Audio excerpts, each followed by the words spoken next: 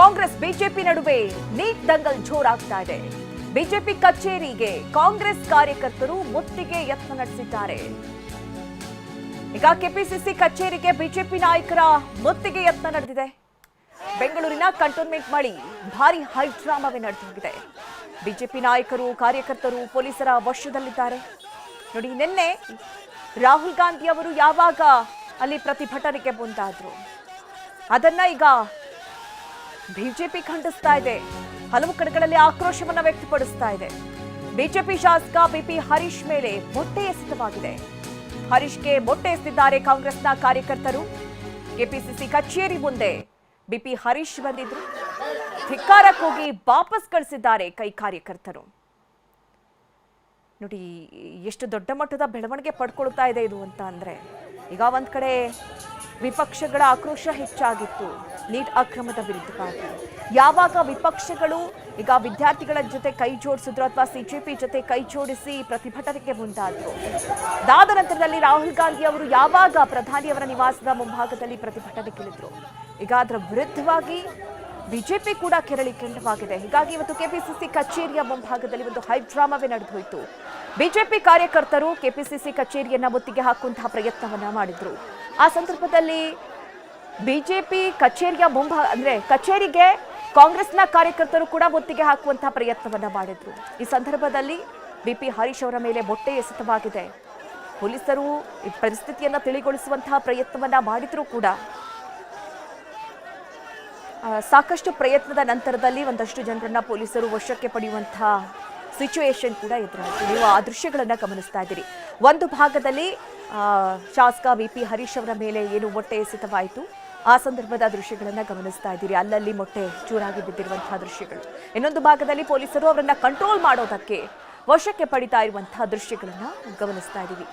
ಈಗ ಕಾಂಗ್ರೆಸ್ ಬಿಜೆಪಿ ನಡುವೆ ಇದು ದೊಡ್ಡ ದಂಗಲ್ಗೆ ಕಾರಣ ಆಗಿದೆ ಅಂದ್ರೂ ಕೂಡ ತಪ್ಪಾಗ್ಲಿಕ್ಕಿಲ್ಲ. ಈ ಕಾಂಗ್ರೆಸ್ ಕಚೇರಿಗೆ ಬಿಜೆಪಿ ಕಾರ್ಯಕರ್ತರು ಮುತ್ತಿಗೆ ಹಾಕೋದು, ಬಿಜೆಪಿ ಕಚೇರಿಗೆ ಕಾಂಗ್ರೆಸ್ನ ಕಾರ್ಯಕರ್ತರು ಮುತ್ತಿಗೆ ಹಾಕೋದು, ಅಲ್ಲಲ್ಲಿ ಗಲಾಟೆ ಗದ್ದಲಗಳನ್ನ ಎಬ್ಸೋದು, ಇದೆಲ್ಲವೂ ಕೂಡ ನಡೀತಾ ಇದೆ.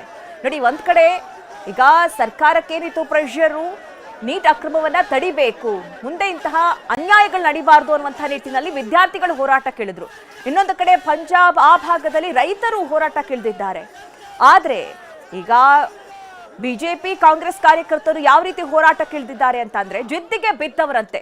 ನಮ್ಮ ಕಚೇರಿಗೆ ನೀವು ಮುತ್ತಿಗೆ ಹಾಕಿ, ನಿಮ್ಮ ಕಚೇರಿಗೆ ನಾವು ಮುತ್ತಿಗೆ ಹಾಕ್ತೀವಿ ಅನ್ನುವಂಥ ನಿಟ್ಟಿನಲ್ಲಿ ಈ ರೀತಿ ಪ್ರತಿಭಟನೆ ಅಥವಾ ಗಲಾಟೆಯನ್ನ ಮಾಡ್ತಾ ಇದ್ದಾರೆ. ನೀವೀಗ ದೃಶ್ಯಗಳನ್ನ ನೋಡ್ತಾ ಇರೋದು ಬಿಜೆಪಿ ಶಾಸಕರು ಬಿಪಿ ಹರಿಪ್ರಸಾದ್ ಅವರು ಆ ಸ್ಥಳಕ್ಕೆ ಬಂದಂತ ಸಂದರ್ಭದಲ್ಲಿ ಅವರ ಮೇಲೆ ಯಾವ ರೀತಿ ಮೊಟ್ಟೆ ಎಸೆತ ಆಯಿತು ಆ ದೃಶ್ಯಗಳನ್ನ ಗಮನಿಸ್ತಾ ಇದ್ದೀರಿ. ಪೊಲೀಸರು ಬಹಳ ಬಂದೋಬಸ್ತನ್ನ ಮಾಡ್ತಾ ಇದ್ದಾರೆ. ಯಾವುದೇ ರೀತಿ ನೂಕುನುಗ್ಲಾಗಬಾರ್ದು ಅನ್ನುವಂಥ ನಿಟ್ಟಿನಲ್ಲಿ ಬಹಳ ಪ್ರಯತ್ನಗಳು ನಡೀತಾ ಇದೆ. ಅದರ ಮಧ್ಯದಲ್ಲೂ ಕೂಡ ಮೊಟ್ಟೆ ಎಸೆದಂತಹ ದೃಶ್ಯಗಳನ್ನ ನೀವೀಗ ಗಮನಿಸ್ತಾ ಇದ್ದೀರಿ. ಹೀಗಾಗಿ ಯಾವಾಗ ಬಿಜೆಪಿ ಶಾಸಕರ ಮೇಲೆ ಮೊಟ್ಟೆ ಎಸೆತ ಆಯಿತು, ಬಿಜೆಪಿ ಕಾರ್ಯಕರ್ತರು ಕೂಡ ಕೆರಳಿ ಕೆಂಡವಾಗಿದ್ದಾರೆ. ಹೀಗಾಗಿ ಕೆಪಿಸಿಸಿ ಕಚೇರಿಯ ಮುತ್ತಿಗೆ ಯತ್ನ ಕೂಡ ನಡೆದಿತ್ತು. ನೋಡಿ, ಯಾವ ರೀತಿ ಹೈಡ್ರಾಮಾ ಇವತ್ತು ನಡೆದಂಥದ್ದು. ಕೆಪಿಸಿಸಿ ಕಚೇರಿಯಿಂದ ನೇರ ದೃಶ್ಯಗಳನ್ನ ನೀವೀಗ ಗಮನಿಸ್ತಾ ಇರುವಂಥದ್ದು. ಯಾವಾಗ ಬಿಜೆಪಿ ಕಾರ್ಯಕರ್ತರು ಮುತ್ತಿಗೆ ಪ್ರಯತ್ನವನ್ನ ಮಾಡಿದ್ರು, ಆ ಸಂದರ್ಭದಲ್ಲಿ ಶಾಸಕರು ಕೂಡ ಭಾಗಿಯಾಗಿದ್ರು. ಆ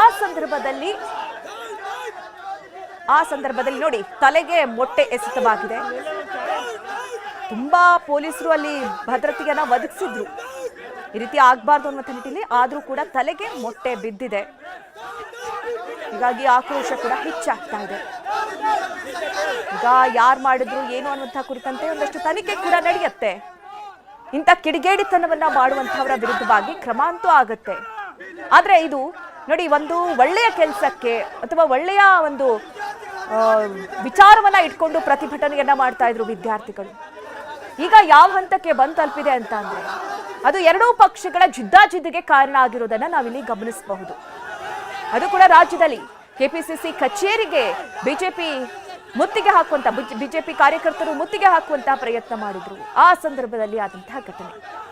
ಬಿಜೆಪಿ ಶಾಸಕ ಬಿಪಿ ಹರೀಶ್ ಅವರ ಮೇಲೆ ಆದಂತಹ ಮೊಟ್ಟೆ ಎಸೆತ.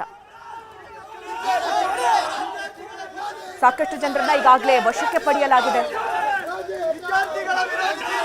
ಆದರೆ ಬೆಳಗ್ಗೆಯಿಂದ ಆದಂತಹ ಒಂದು ಗಲಾಟೆ ದೃಶ್ಯಗಳನ್ನ ನೀವೀಗ ಗಮನಿಸ್ತಾ ಇದ್ದೀರಿ. ಏನೇನೆಲ್ಲ ಆಯ್ತು ಅನ್ನುವಂತಹ ವಿಚಾರದಲ್ಲಿ.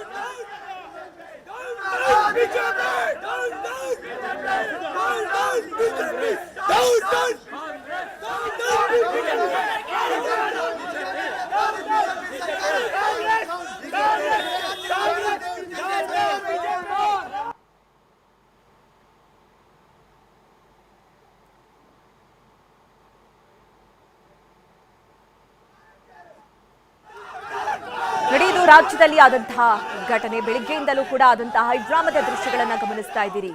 ಯಾವ ರೀತಿ ಬಿಜೆಪಿ ಹಾಗೆ ಕಾಂಗ್ರೆಸ್ ಕಾರ್ಯಕರ್ತರು ಗಲಾಟೆಗೆ ಜಿದ್ದಾಜಿದ್ದಿಗೆ ಬಿದ್ದಿದ್ರು ಅನ್ನೋದನ್ನ ಗಮನಿಸ್ತಾ ಇದ್ದೀರಿ. ಒಂದ್ ಕಡೆ ಕೆಪಿಸಿಸಿ ಕಚೇರಿಗೆ ಮುತ್ತಿಗೆ ಹಾಕುವಂತ ಪ್ರಯತ್ನವನ್ನ ಬಿಜೆಪಿ ಕಾರ್ಯಕರ್ತರು ಮಾಡಿದ್ರು.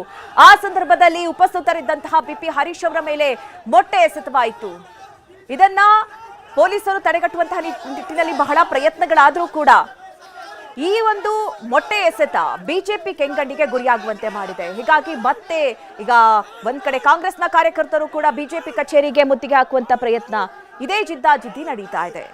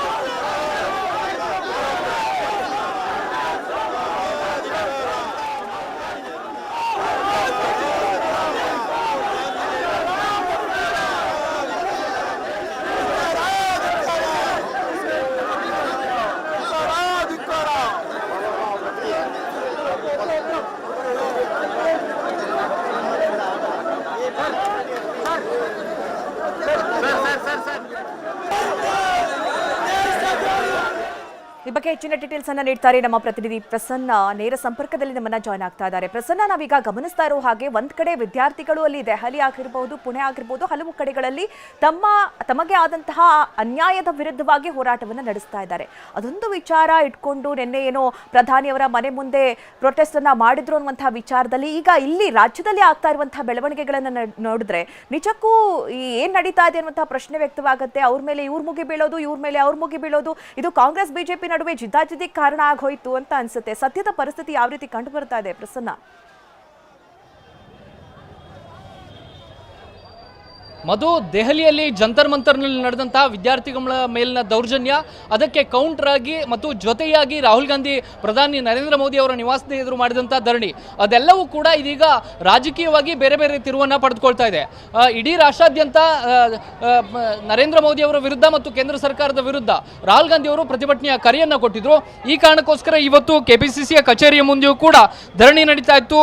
ಕಾನೂನು ಘಟಕದ ಕಾರ್ಯಕರ್ತರು ಧರಣಿಯನ್ನ ಮಾಡ್ತಾ ಇದ್ರು, ಕೇಂದ್ರ ಸರ್ಕಾರದ ವಿರುದ್ಧ ಘೋಷಣೆಗಳನ್ನ ಕೂಗ್ತಾ ಇದ್ರು. ಅದಕ್ಕೆ ವಿರುದ್ಧವಾಗಿ ನರೇಂದ್ರ ಮೋದಿ ಅವರ ಪರವಾಗಿ ಮತ್ತು ರಾಹುಲ್ ಗಾಂಧಿ ಅವರ ವಿರುದ್ಧವಾಗಿ ಬಿಜೆಪಿಯ ನಾಯಕರು ಇವತ್ತು ಧರಣಿಗೆ ಕರೆ ಕೊಟ್ಟಿದ್ರು. ಕೆಪಿಸಿಸಿ ಕಚೇರಿಯನ್ನ ಮುತ್ತಿಗೆ ಹಾಕ್ತೀವಿ ಅನ್ನುವಂತ ಘೋಷಣೆಯನ್ನ ಬಿಜೆಪಿ ನಾಯಕರು ಮಾಡಿದ್ರು. ಈ ಕಾರಣಕ್ಕೋಸ್ಕರ ಆರ್ ಅಶೋಕ್ ಸೇರಿದಂತೆ ಎಲ್ಲ ನಾಯಕರು ಕೂಡ ವಿಧಾನಸೌಧದಿಂದ ಕೆಪಿಸಿಸಿ ಕಚೇರಿ ಕಡೆ ಬರುವಂತಹ ಸಂದರ್ಭದಲ್ಲಿ ಕಂಟೋನ್ಮೆಂಟ್ ಬಳಿಯೇ ಅವರನ್ನ ತಡೆ ಹಿಡಿಯಲಾಯಿತು. ಆದ್ರೆ ಶಾಸಕ ಬಿಪಿ ಹರೀಶ್ ಅವರಿಗೆ ಇದರ ಮಾಹಿತಿ ಇರಲಿಲ್ಲ. ಈ ಕಾರಣಕ್ಕೋಸ್ಕರ ಅವರು ನೇರವಾಗಿ ಕೆಪಿಸಿಸಿ ಕಚೇರಿಯ ಮುಂಭಾಗದಲ್ಲಿ ಬಂದು ಇಲ್ಲಿ ಇಳಿಯುವಂತಹ ಪ್ರಯತ್ನವನ್ನು ಮಾಡಿದ್ರು. ಯಾವಾಗ ಬಿಪಿ ಹರೀಶ್ ಅವರು ಕಾರಿನಿಂದ ಇಳಿದ್ರೋ ತಕ್ಷಣವೇ ಕಾಂಗ್ರೆಸ್ ಕಾರ್ಯಕರ್ತರ ಆಕ್ರೋಶ ಮಿತಿ ಮೀರಿದೆ.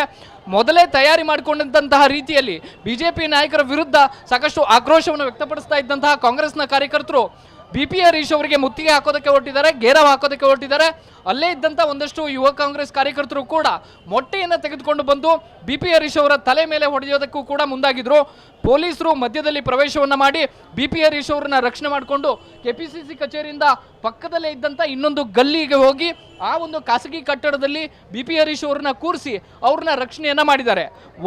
ಒಟ್ಟಾರೆ ಇಡೀ ಪ್ರಕರಣವನ್ನ, ಇಡೀ ಬೆಳವಣಿಗೆಗಳನ್ನ ಗಮನಿಸಿದ್ರೆ ಬಿಜೆಪಿಯ ವಿರುದ್ಧ ಕಾಂಗ್ರೆಸ್ನ ಕಾರ್ಯಕರ್ತರ ಆಕ್ರೋಶ ತೀವ್ರ ಮಟ್ಟಿಗೆ ಬೆಳೀತಾ ಇದೆ ಅನ್ನುವಂಥದ್ದನ್ನ ಗಮನಿಸಬಹುದು. ಬೇರೆ ಬೇರೆ ರಾಜ್ಯಗಳಲ್ಲೂ ಕೂಡ ಪ್ರತಿಭಟನೆಗಳು ಕಾವೇರ್ತಾ ಇದೆ. ಕರ್ನಾಟಕದಲ್ಲೂ ಕೂಡ, ಬೆಂಗಳೂರಲ್ಲೂ ಕೂಡ ಬಿಜೆಪಿ ಮತ್ತು ಕಾಂಗ್ರೆಸ್ನ ನಡುವೆ ಈ ಒಂದು ಪ್ರತಿಭಟನೆಯ ಸಮರ ಜೋರಾಗಿ ನಡೀತಾ ಇದೆ. ಬಿಜೆಪಿ ನಾಯಕರು ಯಾರೇ ಕೆಪಿಸಿಸಿಗೆ ಮುತ್ತಿಗೆ ಹಾಕ್ತೀವಿ ಅಂತ ಹೊರಟರು ಕೂಡ ಅವರಿಗೆ ನಾವು ಮೊಟ್ಟೆಯನ್ನು ಹೊಡ್ತೀವಿ ಅಂತೇಳಿ ಕಾಂಗ್ರೆಸ್ನ ಕಾರ್ಯಕರ್ತರು ಇಲ್ಲಿಯೇ ಕಾದು ಕುಳಿತಿದ್ದಾರೆ. ಮತ್ತೊಂದು ಕಡೆ ಆರ್ ಅಶೋಕ್ ಸೇರಿದಂತೆ ಯಾರೆಲ್ಲ ಬಿಜೆಪಿ ನಾಯಕರು ಪ್ರತಿಭಟನೆಗೆ ಬಂದಿದ್ರು ಅವ್ರನ್ನ ಪೊಲೀಸರು ವಶಕ್ಕೆ ಪಡೆದುಕೊಂಡು ಮತ್ತೆ ಕೆಪಿಸಿಸಿಯ ಕಚೇರಿಯ ಮುಂಭಾಗದಿಂದಲೇ ತೆರಳ್ತಾ ಇದ್ರು. ಆಗ್ಲೂ ಕೂಡ ಬಿಜೆಪಿ ನಾಯಕರು ಹೋಗ್ತಾ ಇದ್ದಂಥ ಬಸ್ಸಿಗೆ ಮುತ್ತಿಗೆ ಹಾಕುವಂತ ಪ್ರಯತ್ನವನ್ನ ಕಾಂಗ್ರೆಸ್ನ ಕಾರ್ಯಕರ್ತರು ಮಾಡಿದ್ದಾರೆ. ಒಂದು ನೀಟ್ ಪರೀಕ್ಷೆ ಅಕ್ರಮದ ವಿಚಾರದಲ್ಲಿ ಇದೀಗ ಬಹುದೊಡ್ಡ ರಾಜಕೀಯ ತಿರುವನ್ನ ಪಡೆದುಕೊಂಡಿದೆ. ಜೊತೆಗೆ ಪ್ರತಿಭಟನೆಯ ಕಾವು ದಿನದಿಂದ ದಿನಕ್ಕೆ ತೀವ್ರಗೊಳ್ತಾ ಇದೆ. ಕೇಂದ್ರ ಸರ್ಕಾರ ಇದುವರೆಗೂ ಕೂಡ ಧರ್ಮೇಂದ್ರ ಪ್ರಧಾನ್ ಅವರ ರಾಜೀನಾಮೆಯನ್ನ ಪಡೆದಿಲ್ಲ ಅನ್ನುವಂತ ಒಂದು ಅಂಶ, ಜೊತೆಗೆ ಕೇಂದ್ರ ಸರ್ಕಾರದಿಂದ ಒಂದು ಸ್ಪಷ್ಟವಾದ ಉತ್ತರ ಬರ್ತಾ ಇಲ್ಲ ಅನ್ನುವಂತ ಅಂಶ ಇದೀಗ ಕಾಂಗ್ರೆಸ್ನ ಕಾರ್ಯಕರ್ತರ ಆಕ್ರೋಶ ಹೆಚ್ಚಾಗೋದಕ್ಕೆ ಕಾರಣವಾಗಿದೆ. ಮಧು. ಓಕೆ ಪ್ರಸನ್ನ, ಥ್ಯಾಂಕ್ ಯು ನಿಮ್ಮೆಲ್ಲ ಡೀಟೇಲ್ಸ್ಗಾಗಿ.